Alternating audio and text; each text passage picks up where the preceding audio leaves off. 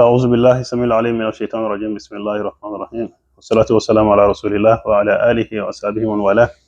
Assalamu alaikum wa rahmatullahi wa barakatuhu. We thank Allah the Almighty, the creator of the heaven and the earth. Inshallah, we are going to continue our Seerah, the life of Prophet Muhammad sallallahu alaihi wasallam. The last video we talked about the end of the Uhud, the battle of Uhud. So inshallah, we are going to talk about some events that took place right after Uhud. We're going to talk about two major events that took place, and those two major events. The first one is called Bi'urul Raji', Bi'urul Raji', meaning the well of Raji'. Well, it's like a water well. Some events took place right next to that well, and we're going to talk about that. And the second event is called Bi'urul Mâ'un, meaning the well of Mâ'un, the event that takes place next to that well also. So inshallah, before we tackle those two big incidents, there are some minor incidents that took place that I would like to mention first. There was right after Uhud, so the Bedouin tribes around Medina, so they're not Muslim. So they saw that Quraysh, and some other tribes in Mecca fought the Muslim in the Battle of Uhud. And they realized the Muslim lost about 70 people. We talk about that. So these Bedouin tribes realized that the Muslims are now very weak. So since they are weak, they lost many people. They don't have like a mean to even fight more. So the Bedouin villages, some of them start initiating, some attack against Muslim. Some of them decide, you know what, this is the time. If we have to attack this Muslim, this is the time, because this Muslim right now they are weak because they just came out of Uhud. So if we have to tackle them, this would be the time to fight them. So there was a tribe called Banu Asad. This tribe is very close to Medina, and the leader, his name is Tulayha al-Asadi. Tulayha al-Asadi decide, you know what, he would gather some Bedouins, some warriors to attack Muslim. When Prophet sallallahu alaihi wasallam when he found out about this, so Prophet sallallahu alaihi wasallam, instead of waiting for Tulayha to attack, Prophet sallallahu alaihi wasallam gathered about 150 Sahaba to attack. So, and Prophet sallallahu alaihi wasallam, when he sent his 150 Sahabis to Tulayha and his people, so it was a surprise attack. So Tulayha fled. He fled away, and and the Muslim pretty much conquered. It was not even a fight. So Muslim were able to conquer Banu Asad, surprisingly, and Tulayha, run away. So since then he created even more animosity toward Islam. So, and because of this, Tulayha himself later on he's going to declare himself to be a prophet. So one of the false prophet, those who said they're prophets, this man was among them. So Tulayha al-Asadi, he declared himself to be a prophet also, like a Musaylatum al-Kazzab also declared himself to be a prophet. So Prophet ﷺ, in one of his hadiths, he said there will be over 30 false prophets that will come after me. Some would claim that they are prophet, but none of them are prophet, because there will be no prophet after me. So this man was one of them, Tulayha al-Asadi. He would declare, later on we're going to come to him, he's going to declare himself later on, that he is also receiving revelations and so forth. So that's one of the skirmishes that took place. So now we're going to go to the first incident, the first major incident that took place right after Uhud, and that incident is called Bi'rul Raji', as we explained it. So Bi'rul Raji' is a well, like it was like a place. It's a well, where people could get some waters to give it to their animals and stuff like that. So in this place, this big incident took place. But before we get to the incident, what exactly transpired or what led to this incident? Uh, there is a tribe. It's called Hudayl, the Hudayl tribe. There was a tribe called Hudayl, and the leaders, his name is Khalid ibn Sufyan, and this leader also decided to attack Muslims because he knew the Muslim just finished the battle of Uhud. They're not very strong, they're very weak, and this would be the perfect time to attack them. So he started gathering, some Bedouins guys, like the same people like Banu Asad. So this tribe also, Banu Hudayl, so this tribe, Hudayl, the leader is Khalid ibn Sufyan. He also gathered some people, some warriors to attack Muslims. So when Prophet ﷺ found out also about this man, Prophet ﷺ specifically, he did not gather armies to attack this man. No, this was more like a one-man show. So Prophet decided to just send one Sahaba to this man, one Sahaba to take care of him. And his name was Abdullah Unais al-Juhani. Abdullah Unais al-Juhani was chosen by Prophet ﷺ to go and find out exactly what's going on with the tribe of Hudayl and find out exactly what the leader, Khalid ibn Sufyan, is up to. If it is true that they are planning to attack Muslim, if he found out to be true, then Prophet advised him to find a way to get rid of this guy. So that way, the whole problem will just go. I mean, just when it goes away. So now, Abdullah Abdullah Unais al-Juhani asked Prophet Sallallahu Alaihi Wasallam, he said, "Oh, Ya Rasulullah, oh, Messenger of Allah, I know you want me to go take care of this guy, but I don't even know how he looks like." And Prophet said, when you see him, the look of him would terrify you. I mean, the way he looks, his look would completely terrify you. He has a look of devil. When you see him, you would think he's a devil. And Prophet himself never saw him. But how Prophet knew this? Because Jibril alayhi salam told him. So now the man said, okay, Abdullah, Abdullah now he's narrating the story.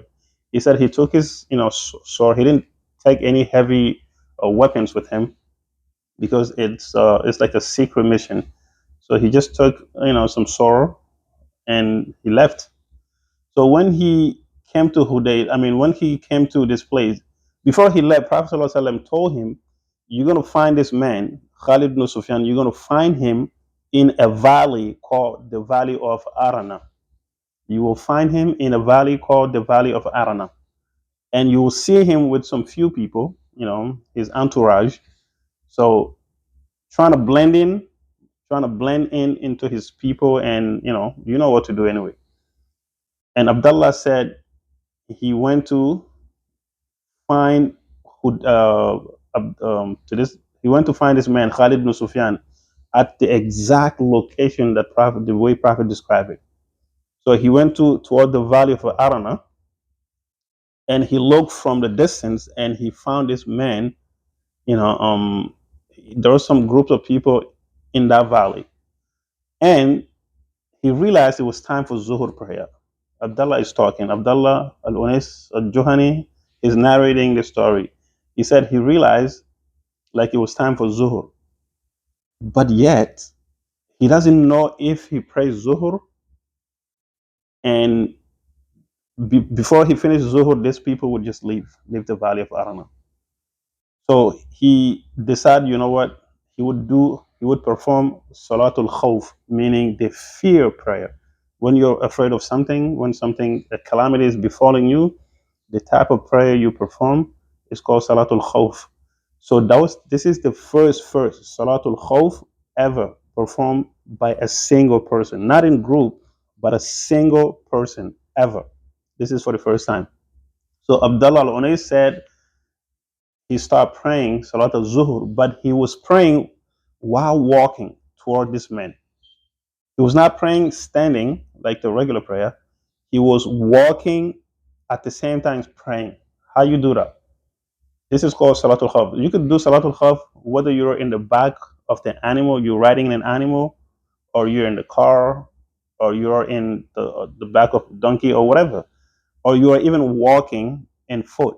You still could perform Salatul Khawf, even if you're running. So usually this type of prayer would be performed when you're at the war zone, or when something is befalling the country or the regions or whatever. So everyone is afraid something could happen. So you could perform this type of prayer. It's called Salatul Khawf. So Abdullah said he was walking towards, this leader while he was praying. So he was praying, walking, meaning that prayer is done in a gesture. Like if you have to, like you don't have to like literally stop and go to ruku. No, no, no. You pretend like you're on a ruku by bending a little over, and you pretending like you're on sujud by bending even a little more, lower even more. So he would pray in gesture while walking toward the sky. Allahu Akbar.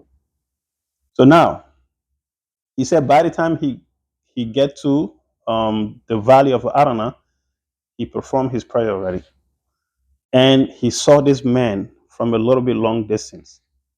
And when he saw Khalid ibn Sufyan, he said, wow, look at his look. And then he said, Sadaqallahu wa Rasulah. There's no doubt Allah and his messenger has told the truth.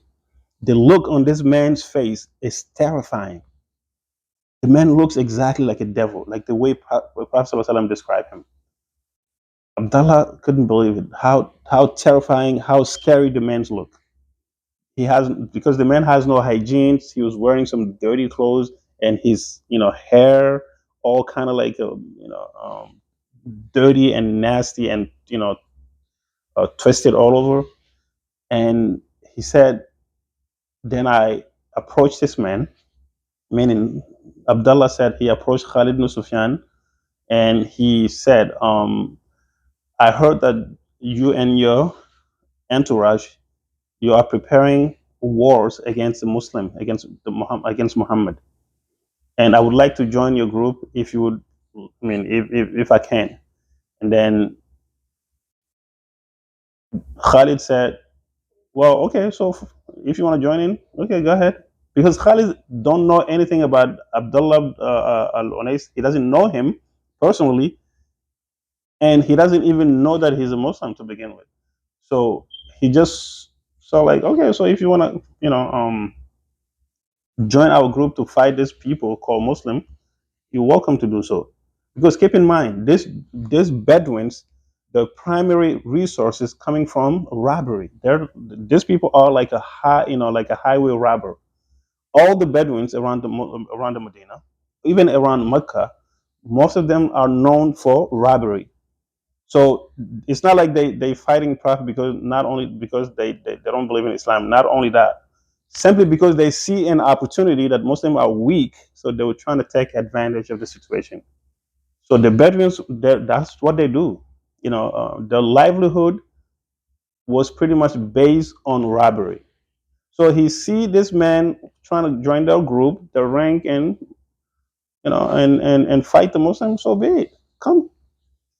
And when he accept Abdullah's joining them, when he accept that, Abdullah said, okay, so he stayed with this man, with Khalid ibn Sufyan and his entourage, till it was a time when they were pretty much asleep. Like they trust him, and so they start falling asleep a little bit. So he sees this opportunity. Abdullah, he sees this moment when the leader fell asleep, and he took care of him. Allahu Akbar. He kills him. So once he kills him, he rushed off to leave that place and go to Medina. Once he arrived at Medina and Prophet saw him, his face was brilliant.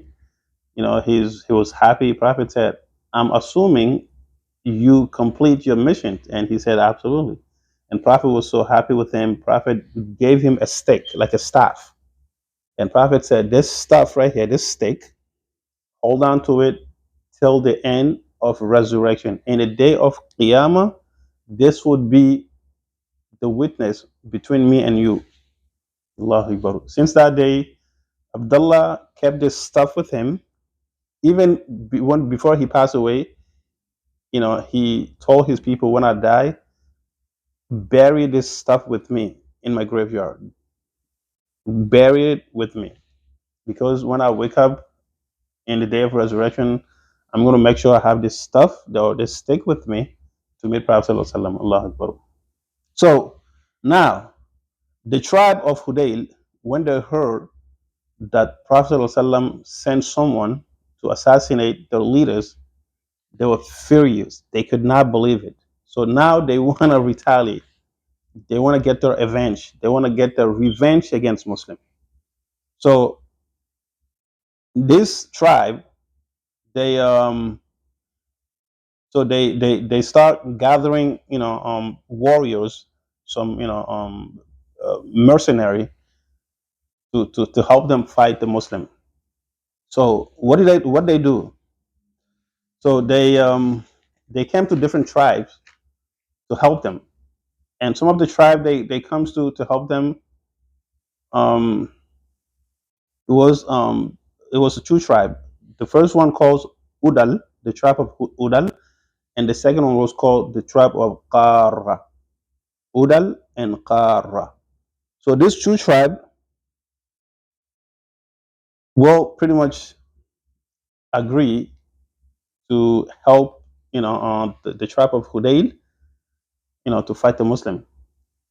So the tribe of Hudayl said, well, so if you join us, we're going to pay you. So all you have to do, all you two tribe, meaning the tribe of Udal and the tribe of Qara, so the tribe of Hudayl is telling them, all you have to do, just go to Medina and tell Muhammad, because at that time they don't say Rasulullah. So they say, just go ahead and tell Muhammad that you accepted Islam, because he would love that. Once you tell him that you accepted Islam, then tell him to send someone or some people, a group of people from Sahaba, to come to your tribe and teach you about Islam. Because there are a lot of people who wanted to accept Islam. Once you said that to him, he would accept it. So they said, okay, fine. And this true tribe sent some delegation to Medina and tell Prophet ﷺ that we are here to accept Islam, but we would love it if you could give us some teachers to come with us and that would teach in our tribes and bring people to Islam. And Prophet accepted that. So now Prophet gave them about 10 people, 10 Sahaba. And this Sahaba, um, and Prophet appoint one person to be the leader, the 10 Sahaba. And this Sahaba were pretty much, they were known for the Quran. Most of them were they knew most of the Quran, so they knew about a lot of Islamic study. So they were better fit for this type of job. So, and Prophet appoint the leader, and his name was Asim bin Sabit. Asim bin Sabit was the leader of this 10 Sahaba that's going to go with the tribe of Udal and the tribe of Qara to teach them. Allahu Akbar. So once they came to this well that we talk about, um, Bi'rul Raji, the well of Raji, once they got to that level, all of a sudden they got ambushed. About hundreds warriors just surround them. Allahu Akbar. At that minute, Asim bin Sabit realized this is nothing but treachery. This is nothing but betrayal. So it was a treachery, it was a betrayal. So whatever they said that they're going to accept Islam is all false. So what Asim did, he retrieved with the tent with the rest of the Sahaba. There was like a small hill, so they run off, behind that hills to get some protection. So when they went behind the hills, the 100 soldiers from the tribe of Udal and the tribe of Qara and the tribe of Hudayl also, They all comes together trying to fight off these 10 Sahabis. Because this Sahabis, they didn't come to fight. They didn't even have a weapon. They only have like some little swords here and there, but they didn't have the actual weapon.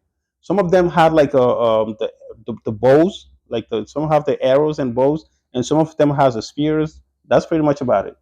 So these Sahabis, they start throwing the volley of arrows, and so when they use all the arrows and some of the spears, they didn't have anything else.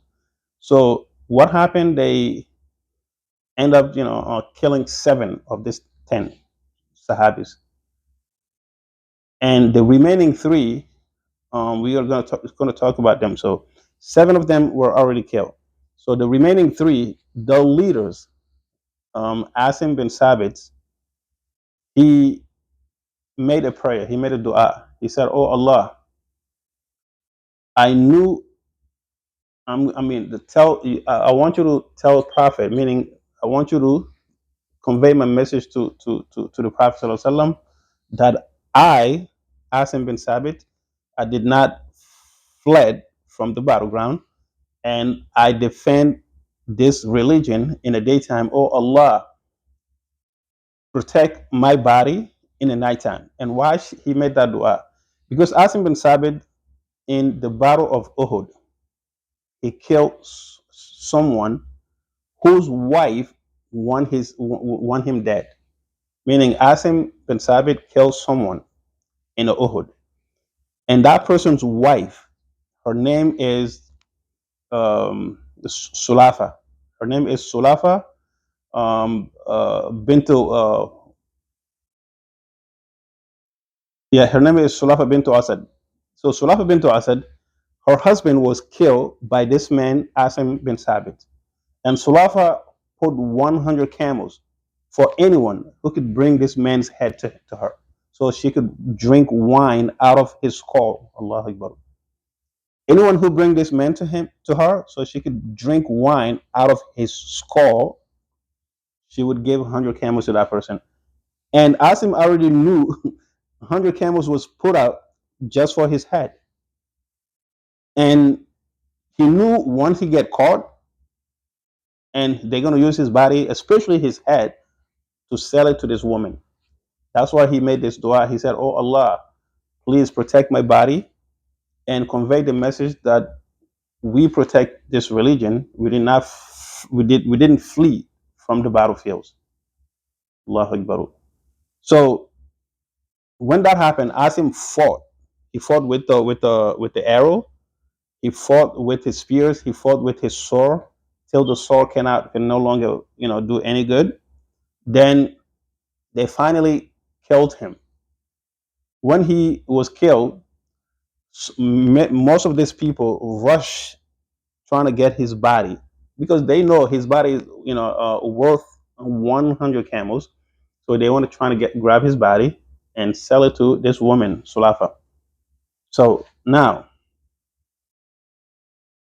when they trying to get when they got close to the body, Allah sent the a massive swap.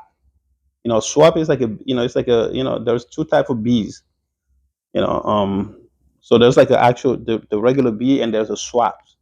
So the groups of swabs came and covered the body of Asim. So these people could not get closer, because if some of them trying to get closer, and they got bitten, they got sting by the swabs, so they back off, and they said, well, all we have to do is just stay focused and be patient. When the night fall, all the swab would go, so we could get the body. So they waited till nighttime, and then they think the swap would go. But what happened next? Allah sent a river, water, a river gush from out of nowhere, and came all the way up to the hill, carried this body, the body of Asim, and took it away and just be gone. Even till now, nobody knew exactly where Asim is buried. Only Allah knows. So that's the story for Asim. So now the leader Asim, this is how this two miracles happened to him. So the next two people, One of them is Khubayl. Actually, so the next two people.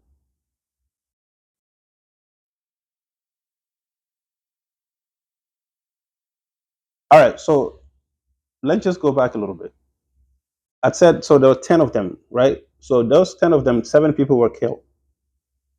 And so out of so 7 people that were killed, the leader Asim is part of those seven too.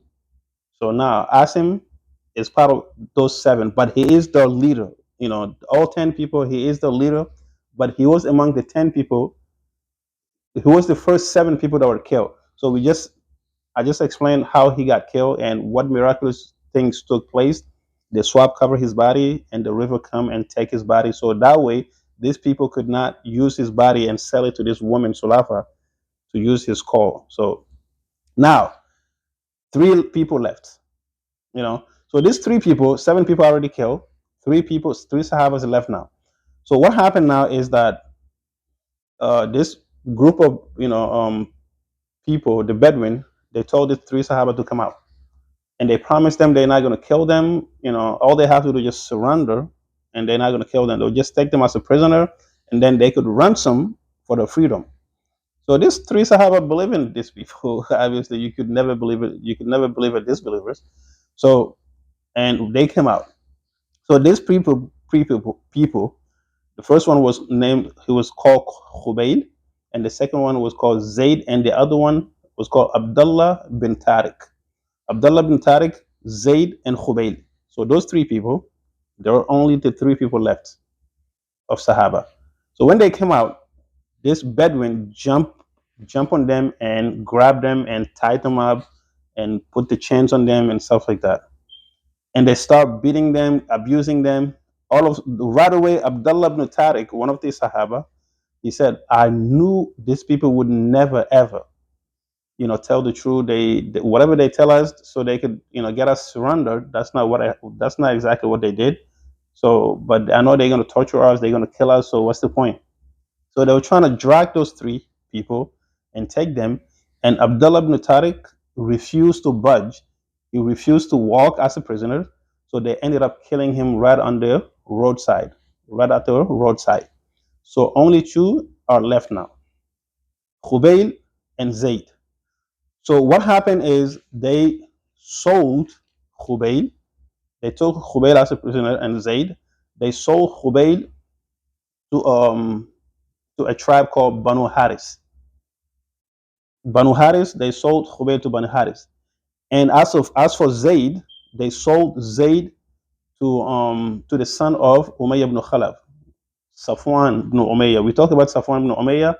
Safwan and his cousin, remember back before, right after Badr, Safwan and his cousin Amr, they had this secret meeting that Amr said, if I have someone to take care of my family and have some debt, I would go and assassinate Prophet, go and assassinate Muhammad. And Safwan said, yeah, go ahead, you know.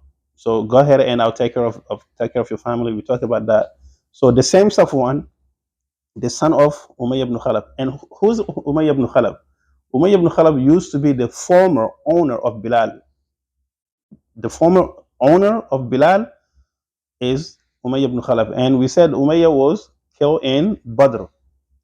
So because they knew one of the killer, because when Umayyah were surrounded by Sahaba, Bilal said he's going to kill him, and Abdurrahman ibn Auf, trying to get Bilal not to kill Umayyah, and some of the Sahaba that were surrounding Umayyah ibn Khalaf, so some of them started poking their swords till Umayyah ibn Khalaf, were killed. So because of that, and this Zayd was among those Sahaba that killed Umayyah right after Badr. So this tribe knew that. So that's why they are selling Zayd to the son of Umayyah ibn Khalaf, which is Safwan ibn Umayyah. Allahu Akbar.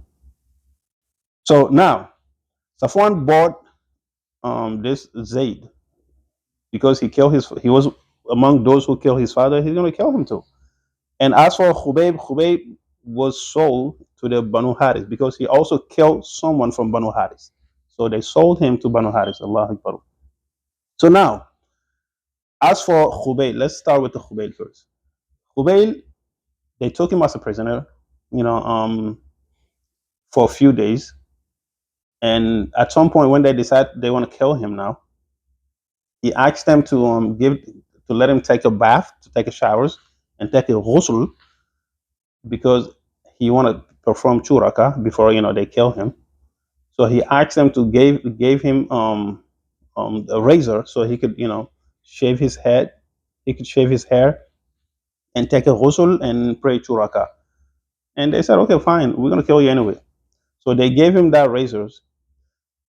So when he's holding that razor, there was a baby, Allah Akbar, a baby crawl to her. I mean to him. When the baby crawled to him, he's holding the razor. The woman, the mother of the baby, saw his baby crawling to Khubayl, and she starts screaming. He said, "Oh my God, come out, come out! He's gonna kill my baby!" And everyone gathered around. And Khubayl said, "You think I'm gonna kill this baby?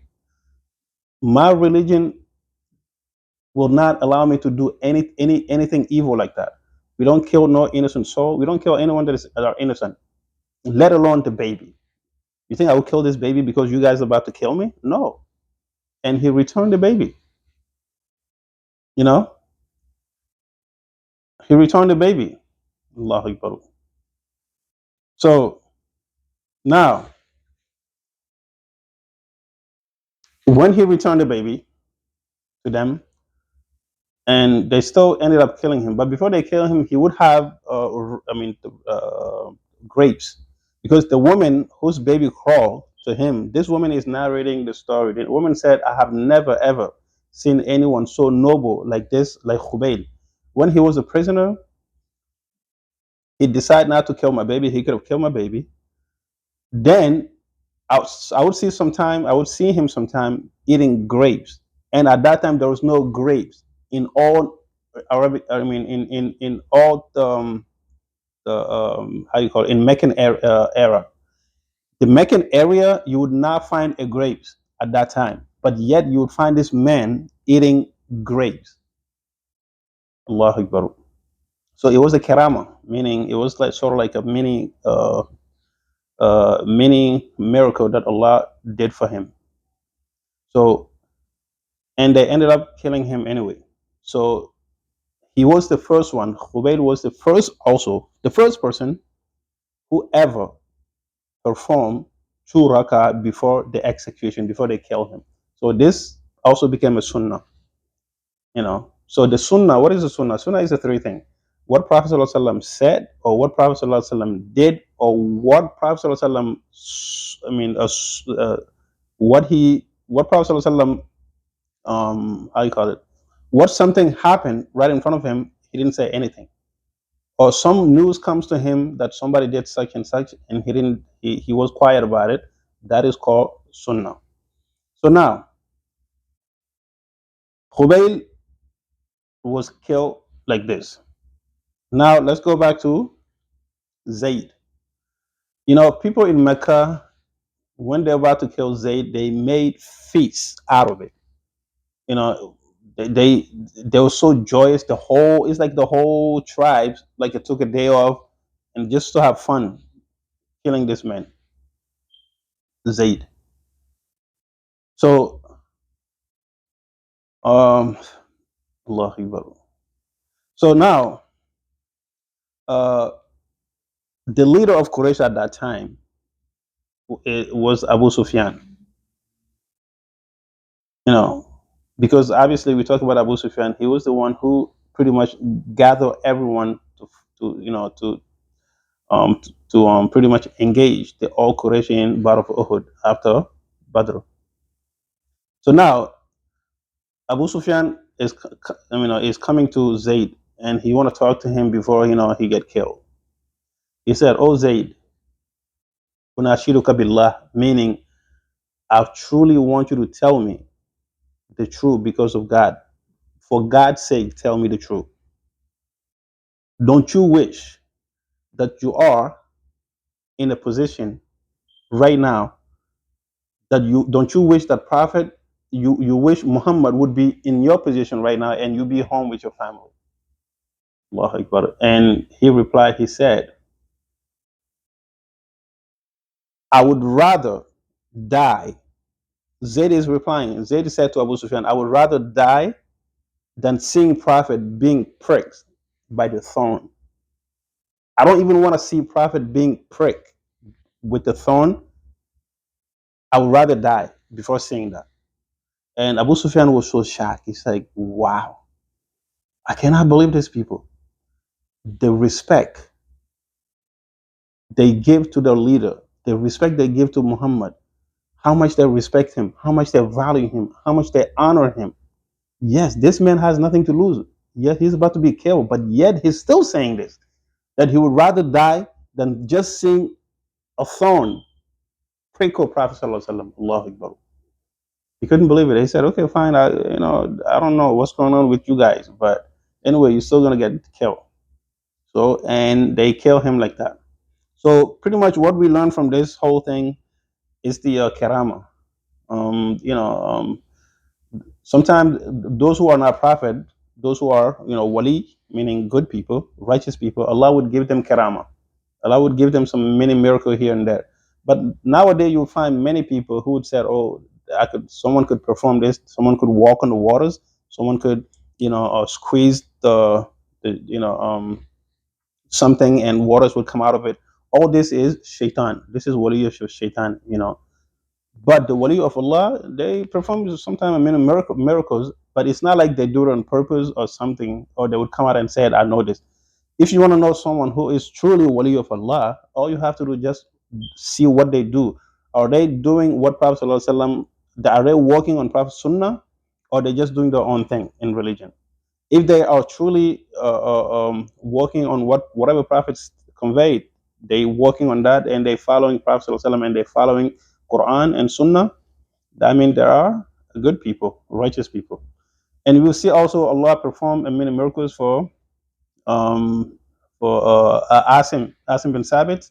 So all those are karamat, and we also saw that Zay, Khubayl would get like a grapes, like Maryam, the mother of Isa alayhi salam. She also used to get some fruits from Allah, and this man also getting some grapes from Allah, biiznihi inshallah. So we are going to go to the next events, which is the Birul Ma'un. So as the Birul Ma'un,